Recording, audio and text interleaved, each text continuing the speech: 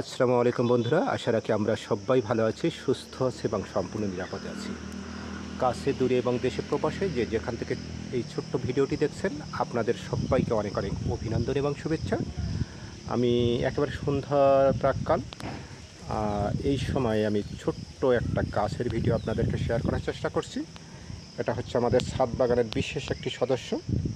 হয়তো ফলগুলো দেখে অনেকেই চিনতে পারছে, বাট চিনতে পারছেন কিনা জানি না, কারণ এখানে অনেক ফল কিন্তু পেকে গেছে।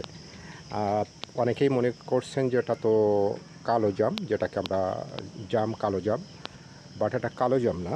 হ্যাঁ, জাম, তবে এটাকে বলা হয় গোলাপ জাম।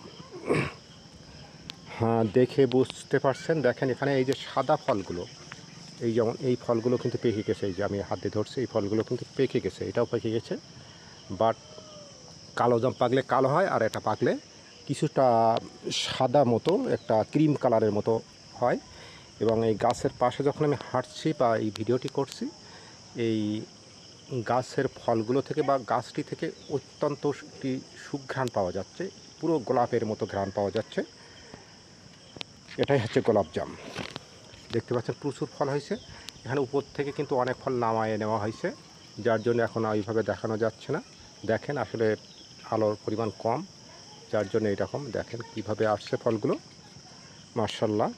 একটু শেয়ার করলাম, দেখানোর চেষ্টা করলাম। সবাই ভালো থাকবেন, সুস্থ থাকবেন, নিরাপদে থাকবেন। সবাইকে আল্লাহ হাফেজ।